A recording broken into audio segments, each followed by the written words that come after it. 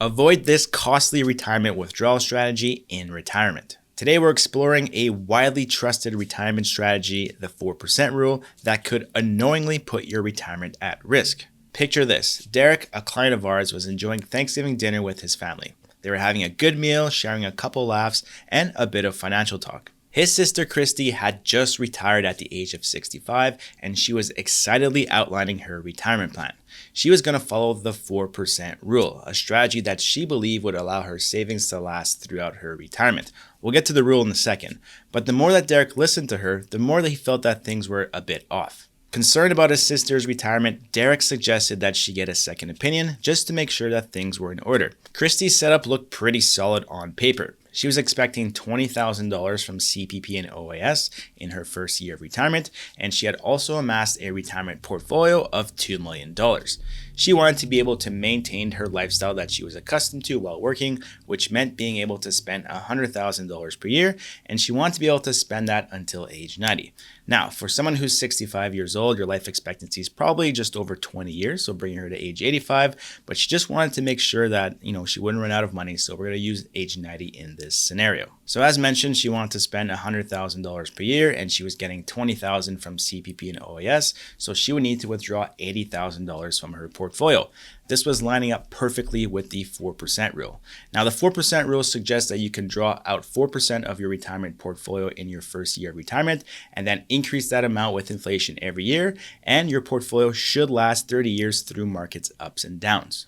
Christy shared her plans with us, outlined neatly in an Excel sheet, and her plan was as follows. So again, she's starting with $2 million in her portfolio, and she planned on withdrawing $80,000 at the start of the year and just putting that in her checking account. That way she didn't have to worry about receiving money on a monthly basis, on a quarterly basis. It was all there for her to access. So on the money that's remaining in her portfolio, she was estimating a conservative rate of return of 4%. She would repeat this process all the way until age 90, and at the plan's end, she would still have $1.8 million remaining.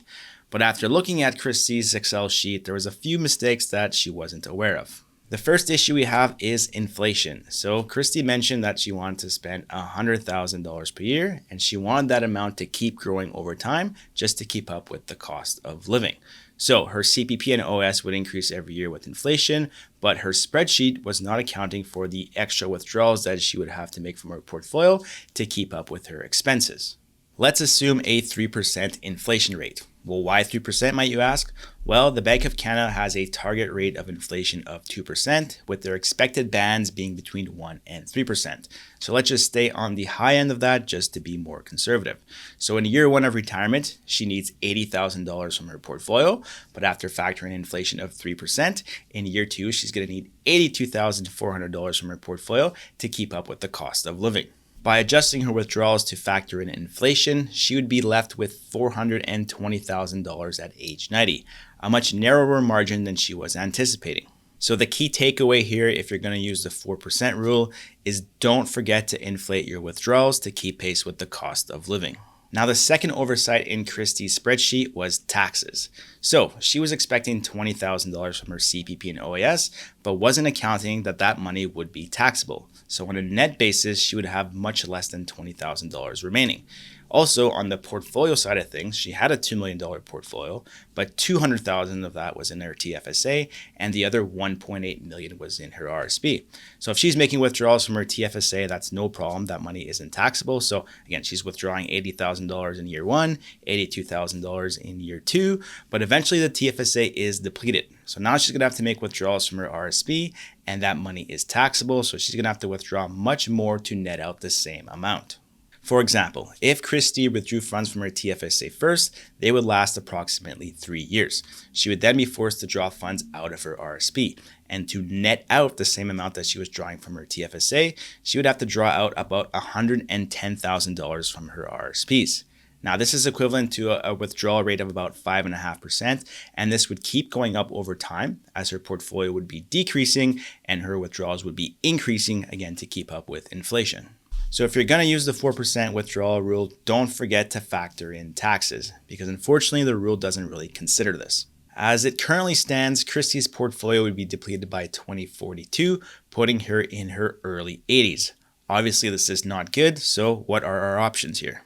So option one is for Christy to go back to work, which would obviously delay her withdrawals, which would make the plan look better, but she really wasn't interested in this at all. The second thing we looked at was her expenses, and if we can adjust those down in any manner, it would probably have a very positive outlook on her long-term plans. So we chatted about what she wanted her retirement to look like and why it was important for her to maintain her lifestyle all the way until age 90. She explained that she loved to travel and didn't want to see her quality of life go down in retirement. But would she really be traveling all the way until age 90? Probably not. So we adjusted her expenses to maintain that $100,000, again, inflation every year of 3%, up to age 77, which would give her 12 years of good travel. And after that, we reduced her expenses down from, again, $100,000 in today's dollars to $72,000 once she's 77. Again, in reality, by the time she reaches that age, her expenses will be much higher because we are factoring in inflation. This change had a pretty drastic impact on her plan, and her funds would now last until she's 88, fairly close to our life expectancy that we're using of age 90. The third change we looked at was the rate of return that we were using in our projections. So again, Christy was using a 4% rate of return because she is invested pretty conservatively. But we want to see what would happen if we increase that rate of return up to 5%. This would mean that she would have to increase her allocation to the stock market, which would increase the overall return of the portfolio in the long run. But the trade-off is when the stock market didn't do well, there would be a bit more volatility in her portfolio. She was okay with this compromise if it would have a significant impact on her long-term outlook. And to reduce the volatility or the ups and downs by targeting a higher rate of return, we could use the bucketing approach. And you can check out that strategy here.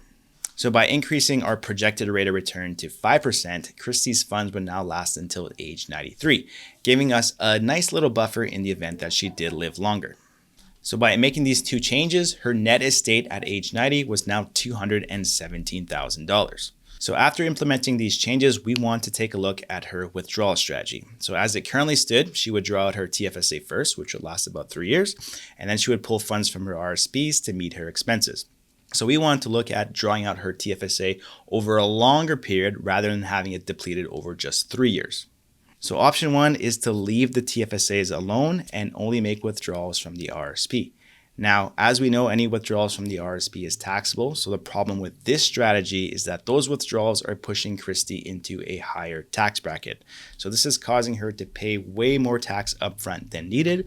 And not only that, the higher income is pushing her over the OAS clawback amount. So her OAS is now being reduced.